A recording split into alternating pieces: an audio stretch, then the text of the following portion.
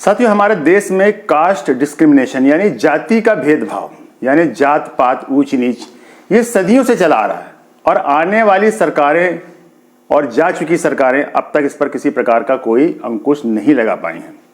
कितनी सरकारें आई, कितनी सरकारें गईं और सबने ये दावा किया कि हम इस पर अंकुश लगाएंगे और सरकारें भी ऐसा कहती हैं कि मगर सरकारें क्या करती हैं कि उन्हें कुर्सी चाहिए और कुर्सी चाहने के लिए वो इसे अपना वोट बैंक बनाती हैं, एक माध्यम बनाती हैं कुर्सी पाने का। उसके बाद जब वो सत्ता में आती हैं फिर कहाँ कोई ध्यान देता है, कुछ भी नहीं, सब वैसे ही चल रहा है, चलता चला आ रहा है, सदियां बीत गई हैं।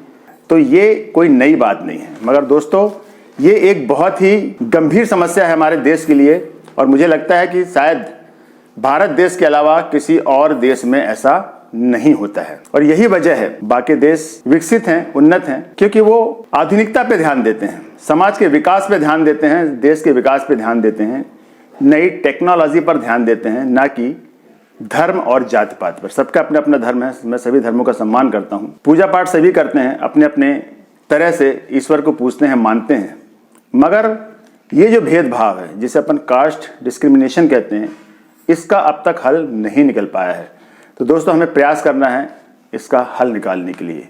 और सबसे बड़ी चीज, हमारा देश आजाद हो गया है 1947 में, इतने वर्ष गुजर गए, उसके बावजूद भी आज भी हम गुलाम हैं, अंग्रेजों की ही गुलाम हैं, मानसिक रूप से गुलाम हैं। क्योंकि अंग्रेजों ने जाते जाते हमारे देश को एक चीज तोहफे में दी है और वो है फूट डालो और राज करो, डिवाइड एंड रूल। और वही यहाँ पर उसका उपयोग किया जा रहा है भरपूर। बड़े बड़े सामंत और बड़े बड़े राजनेता इसका उपयोग करते हैं, फूट डालो राज करो, अपनी कुर्सी बचाने के लिए या फिर अपनी कुर्सी को पाने के लिए तरह तरह की जुगत लगाते हैं, जिसमें कुछ मूल चीजें हैं। वो है धर्म, जाति, जातिवाद और धर्मवाद। उनका सबसे बड़ा अस्त्र होता है अपनी कुर्सी को बचाने और पाने के लिए। उन्हें सत्ता हासिल करना है, सत्ता का लोभ है, देश जाए चाहे भाड़ में, ये वास्तविकता है। साथियों, इसी तारतम्य में अभी ताजा तरीन एक समाचार में आपको बताना चाहता हूं। ये नई दुनिया पेपर का है, जबलपुर मध्य प्रदेश की घटना है, रविवार 22 दिसंबर 2024 का ताजा एक ये न्यूज है। तो चलिए दोस्तों, मैं आपको ये समाचार पढ़कर बताता हूं। ये नई दुनिया का है। पाटन यहाँ पर एक गांव है, जबलपुर से सटा हुआ। यहाँ पर पाटन थाना क्षेत्र के एक गांव में जात पात और कुर्सी पर बैठने के विवाद में दो परिवार आपस में भिड़ गए। और वो दो परिवार कौन थे ये मैं अभी आपको बताता हूँ। लाठी और तलवार से एक दूसरे पर वार किया। यार दोस्तों, जाति को लेकर इतना महत्व दिया जाता है कि एक दूसरे की जान लेने पे आमादा हो जाते हैं।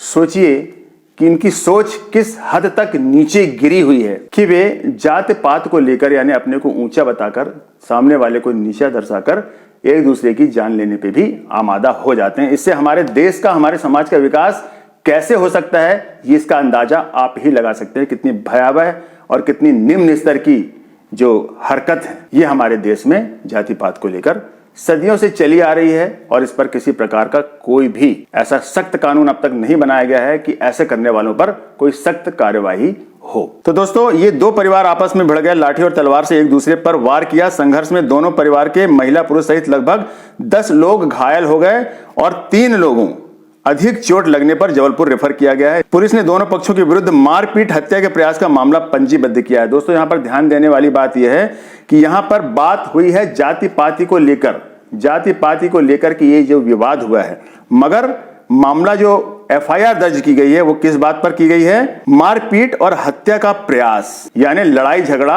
और हत्या के प्रयास की धाराएं लगी हैं। यहाँ पर जाति पाति को लेकर किसी प्रकार की कोई भी मामला दर्ज नहीं किया गया है। और विवाद कैसे हुआ? बूढ़ी कोनी, पाटन में एक बूढ़ी कोनी नाम का गांव है। यहाँ पर बूढ़ी कोनी के निवासी अनिल बर्मन और रमेश बर्मन शुक्रवार की रात को अपने घर के बाहर कुर्सी पर बैठकर आग सेंक रहे थे। तभी पड़ोस में रहने वाला दीपक यादव, जी हाँ दोस्तों, जो आग सेंक रहे थे वे बर्मन जाति के थे और जो दीपक यादव है वो यादव जाति का है। तभी उसने दोनों को कुर्सी पर बैठे देखा तो आपत्ति जताई। उसका कहना यह था कि उसे छोटी जाति के बताते हुए, मतलब उसने उन दोनों को यह कहा कि तुम छोटी जाति के हो और तुम कुर्सी से उठकर नीचे जमीन पर बैठ जाओ। दोस्तों, ये बात एक बहुत कई सदियों पुरानी बात है, जब इतने भेदभाव किया जाता था और हमारे कानून में बाबा साहब अम्बेडकर ने जो संविधान बनाया उसमें इसका सुधार किया गया और कानूनी रूप से किसी को हक नहीं है किसी को भी छोटा बताने का, क्योंकि यहाँ पर समानता है। सभी इस देश के वासी हैं और सभी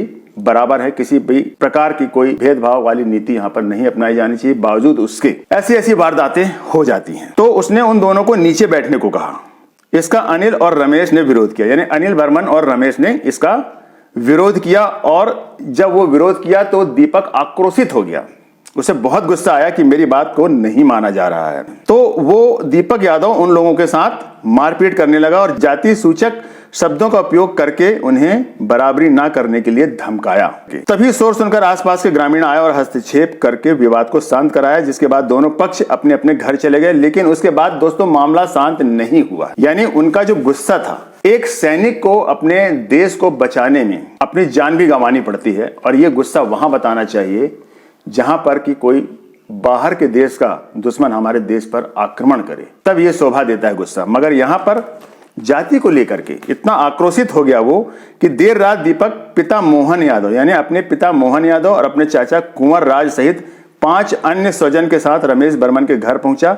दीपक और उसके स्वजन लाठी तलवार रखे हुए थे, अपने हाथों में अस्त्र और शस्त्र लेकर के उसके यहां पहुंचे। आते ही उन्होंने रमेश पर हमला कर दिया, यानी रमेश बर्मन पर उन्होंने हमला कर दिया, जिससे कि विवाद हुआ था जाति को लेकर के। उस पर तलवार और लाठी से प्रहार करने लगे। इस पर बर्मन परिवार के लोग बीच बचाव के लिए आए तो दूसरे पक्ष ने उन पर भी हमला कर दिया, यानी दोनों पक्ष एक दूसरे से लड़ने झगड़ने लगे शस्त्रों से, लाठी तलवार से। कुछ ही देर में दोनों पक्ष की ओर से तलवार और लाठियों से हमले होने लगे। अनिल, विक्की, महेश बर्मन और राजकुमार मोहन कुंवरमन दीपक के बीच जमकर मारपीट हुई।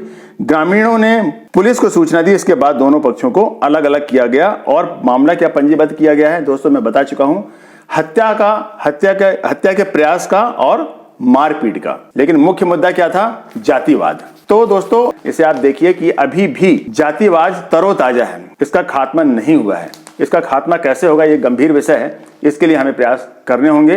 तो दोस्तों ऐसी घटनाएं, ऐसी वारदातें आए दिन हुआ करती हैं, जिसे प्रशासन भी शायद ध्यान नहीं देता और इस पर कोई कठोर कार्यवाही नहीं की जाती, ना ही मामला इसको लेकर के दर्ज किया जाता है। बात जातिवाद की थी, मामला जातिवाद का था, जो लड़ाई झगड़ा हुआ था वो जातिवाद को लेकर हुआ था, लेकिन यहां पर सिर्फ मारपीट और हत्या का मामला पंजीबद्ध किया गया। ऐसी घृणित वारदातें और घटनाएं निरंतर होती रहेंगी। हम चाहे कोई भी सरकार हो, किसी से भी उम्मीद नहीं कर सकते। इसका हल हमें खुद निकालना होगा।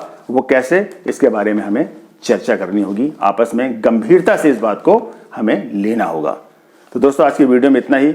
आपको ये वीडियो कैसा लगा आप जरूर बताइएगा, और क्या आपके यहाँ भी ऐसे कोई मामले हुए हैं? यदि होते हैं तो आप उसे संज्ञान में जरूर लें और इस पर आपत्ति उठाएं। कानून हमारा कितना साथ देता है, हमारा फर्ज बनता है कि हम इसकी FIR करें और उम्मीद करें शासन से, प्रशासन से कि इसका निराकरण किया जाए। ऐसे वीडियो लेकर मैं आपसे फिर मुलाकात करूंगा। तब तक के लिए जय हिंद, जय भारत, जय पासी समाज।